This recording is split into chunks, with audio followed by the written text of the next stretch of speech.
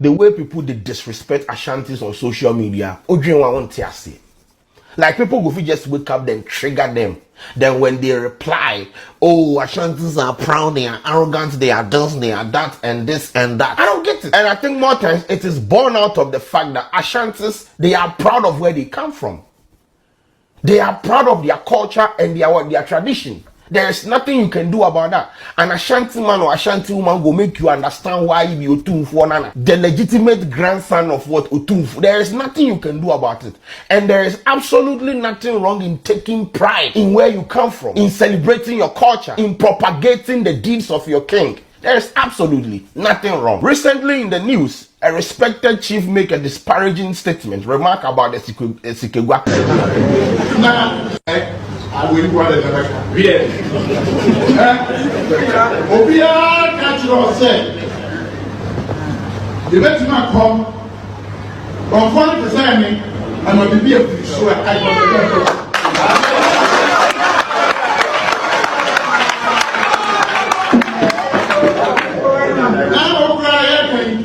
Sikajako bin beji ba dem mo se basu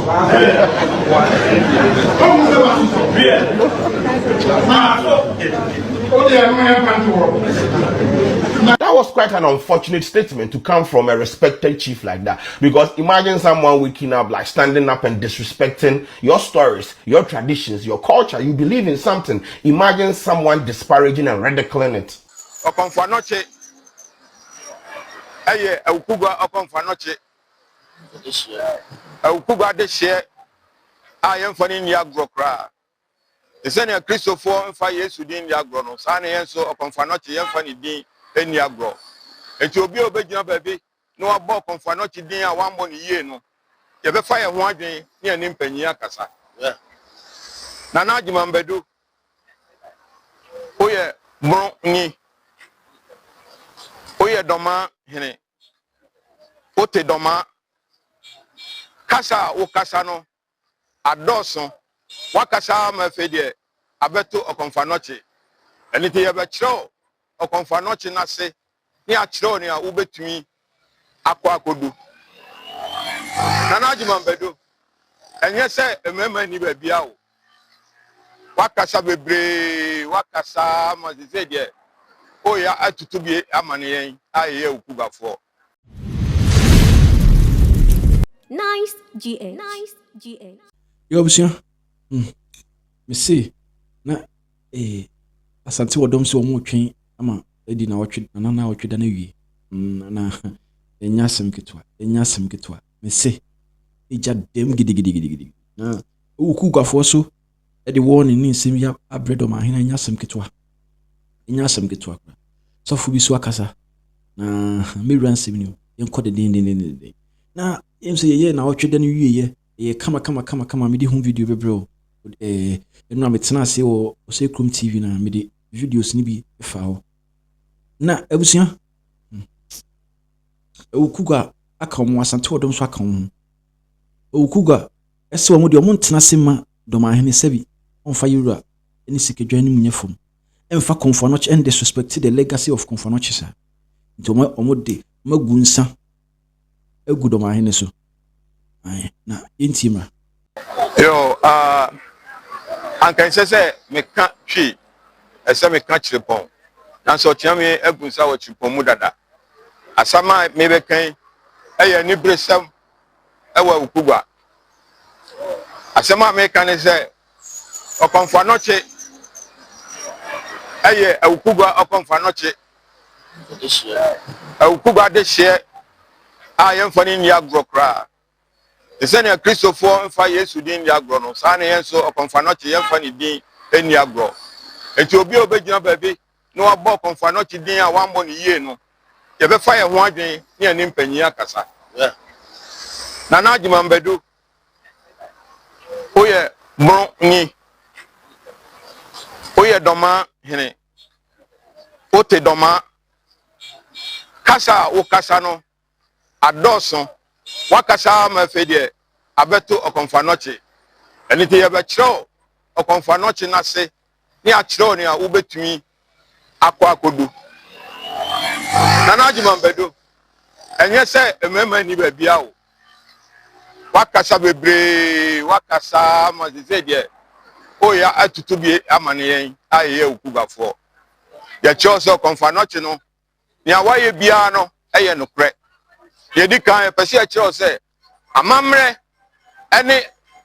ejapade wo ha e wo konfanoche din mu no o ma ha o mehu asema me kan se so de se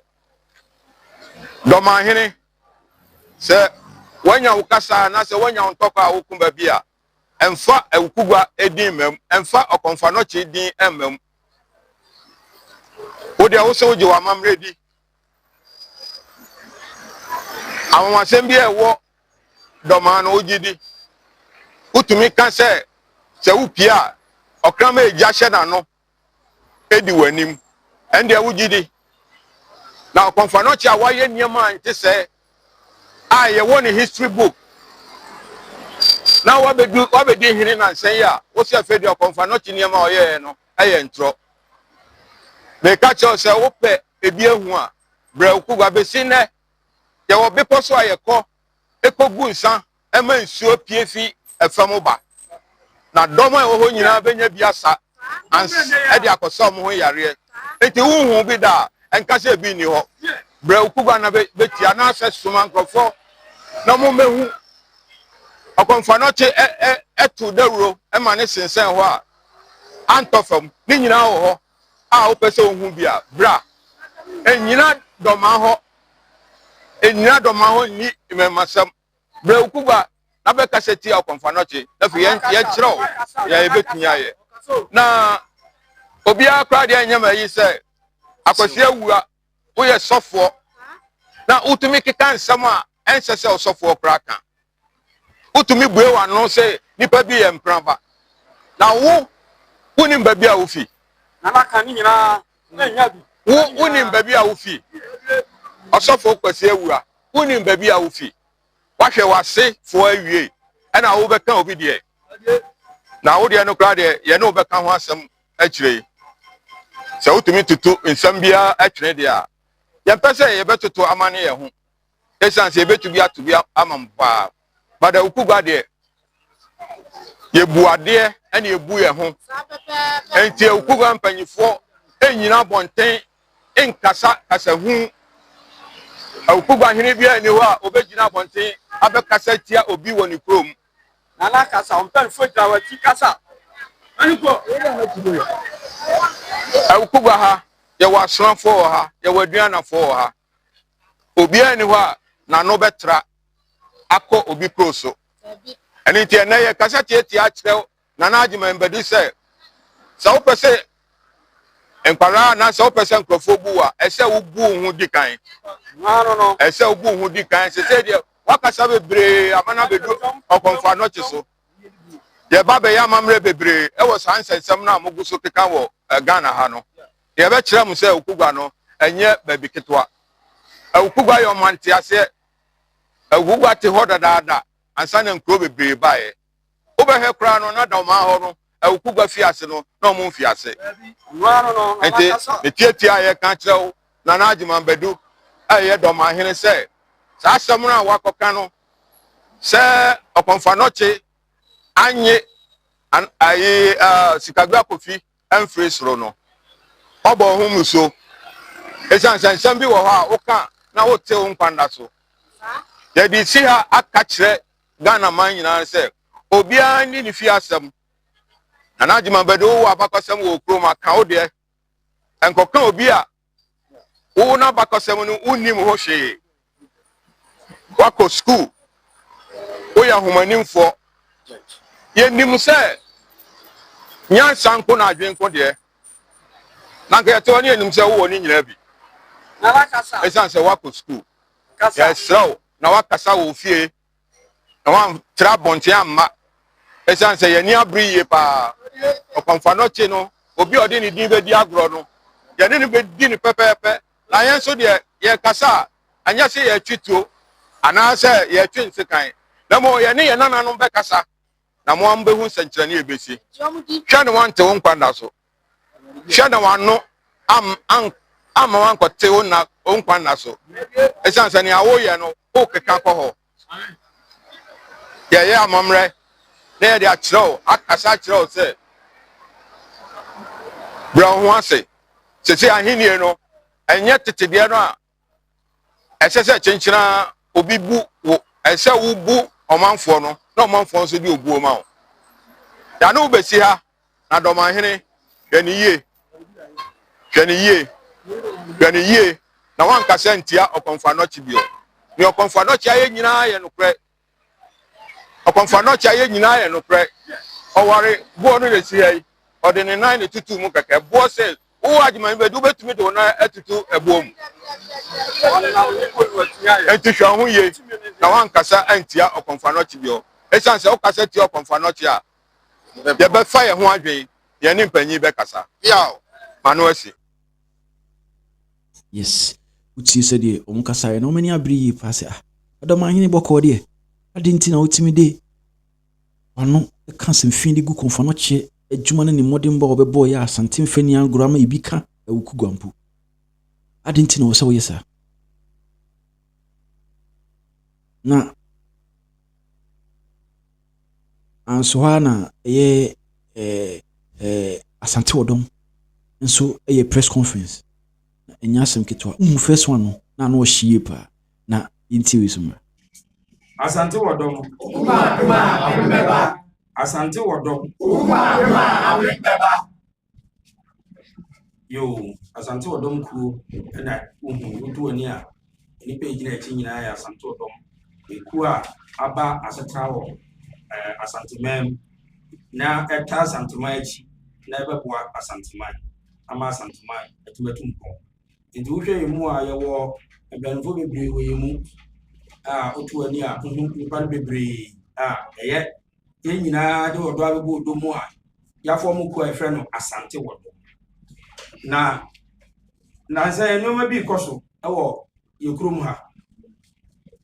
ha so obi tene ba bi no obe hype o de asante na pe hype nti eno ho press conference ki tuwa bi ana ya yese ya pese ye kan asante wodom ye bota ye nyina ne se ye beboa ama asante atima kodanim na ya boye hene ho ban na nkrofo a omode ye hene animu ye fom no anase omode akyame animu ye fom ye nkwan a ye de ombefa so ebi na ye ka ho asem sisi e na mesira bisa se adimabadu omo se afra no do ma hene me pese mbisa se asante ye de ne ka na o ka no ho ba ko mienu a asante di obeye bia asante bibia oba to didi kura asante se ma ye hu se obe hype enti obe hype dia asante ne ye wodom na asante so ne ye hu obetimi de ye hu abe hype enti o ma na sembia so a asante no ma hene me nka bi nkyerɛw efrim na tenten na wo sha asese wo tu ani asi asante so na ya edin ne yehwew isi bisa se yentimi nka bibia nkyerɛw enya saa o yewura opasonbie nti no ya na wo ya na ye de ani ye de hwew enne date 21st of August 2025 ye ka kyerɛ wo se enne ne de twato a ebe hu se wo de asante animu be yefo sa wo de asante animu yefo bio a no ma hene enya papa ye ka kyerɛ Ghana panimfo president ene ne panimfo nyina ye sa muntunefo monka bibi nkyerɛ no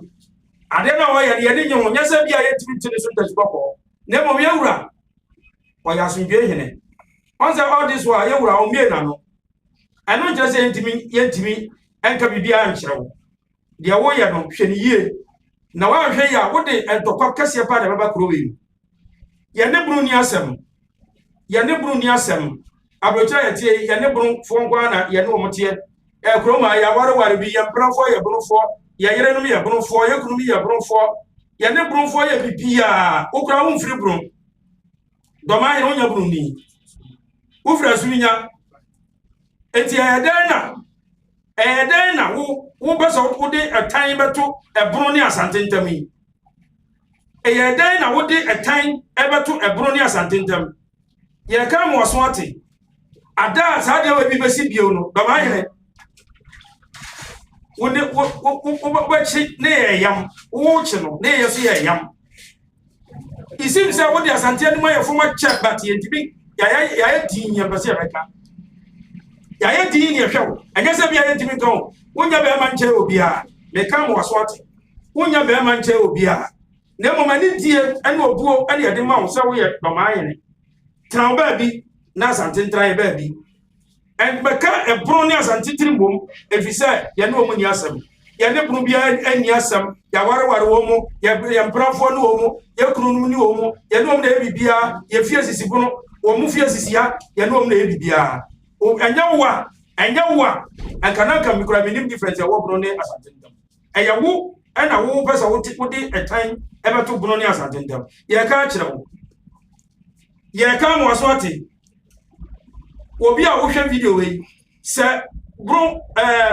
doma hinu hu ya mo kan kire no anasa mo fa video no kire no mo ntia se ya ye din asante se wate asante abakosama ye de esa o esa de yakro esa ane yakro si ya keka ya ho a doma hinu wo be fa ye la si ya keka ya ho a wa be hu se yes se asante ye wodom memma etan emeda ye ne ebunu ntam because ye ne ebunu bia ni ase hwe wo di asante aye ape hype ache this is the time I catch us say jade wo ye bia anya sa wa hwe ade obehunu no umpe empanyini wuti fie na wo ye ne oma ensem patan kura apratu bit ba bi kura no otufu we afutu ne de ma wo ya ba no se odwama na wa hwe na dai be ba de sa awena de no kama yene umfa ni easy kura wo ahine ketwa we ewo we kwa na nim wo wiase me pesa me busa wo se empanifo se se a kohwe ye die na na otwedai na ye die na na otwedai kohwe ni tiri ni empanifo abakroma da be na wo ye bibia ma wato zafra amalonefo amoma obi ani mu enti na wo pesa wo de ye na na ho epe hai asante ye ma wo wo ye obi bia kwanu tum na ye wa de na asante yemfe ye ho ne entre be ye ne bu ni asem enhwe me ye ne unya asem because nyoma na wa ya che it seems ya din doma hene ya pafra se miensa me say de baba bio no ya mma ne say adwama bio ye baba ne say awenade na ho na be hu se sa asante ye wodom me ka de twato ni doma hene isim say why gonna say yes ye no ye onfa ye nya hwe just asante de de una nam yeso wa asama wo kan yi asama wo kan se panyin so ka za ze moyi ha woni ba bia sika bia firi okura woni ma bakosam enso wo so ye wo hene fie ya wa hin fie ya wo hoyi wo so re obesa wo compare ye nana ayin fie yi wa ngasa ya ofe wa ngasa ya ode ye tufo we ni afutu atwa to e de ma eno ano no ye nkasa bio na ba hwe a ada wo be ye sa de ne bio no de besie no empanifo ya ka kira mo ya ka muntu do ma henefo mo a mo hye na kire nyina mo mfiri na kire muntu nefo muntu do ma henefo ade a wo ye no asante ye ne nye ho muntu do ma henefo ya te so hire bi hye na kire na wo ye sa de no ya te o ye mpanifo yi bi hye na kire asante memu hafo ahemfo ni bi ehye na kire na odi za sabe ense munu no but ye de go so nyina ye hu ye di twato ne se hwe ye ewa asante ho hwe ye ewa asante ho anya saa de obehunu no obeka se ye kai hwe ni ye ya ma wo ne we ye kokobo e de ma wo no hwe ni ye asante wodom asante wodom where to the white is enough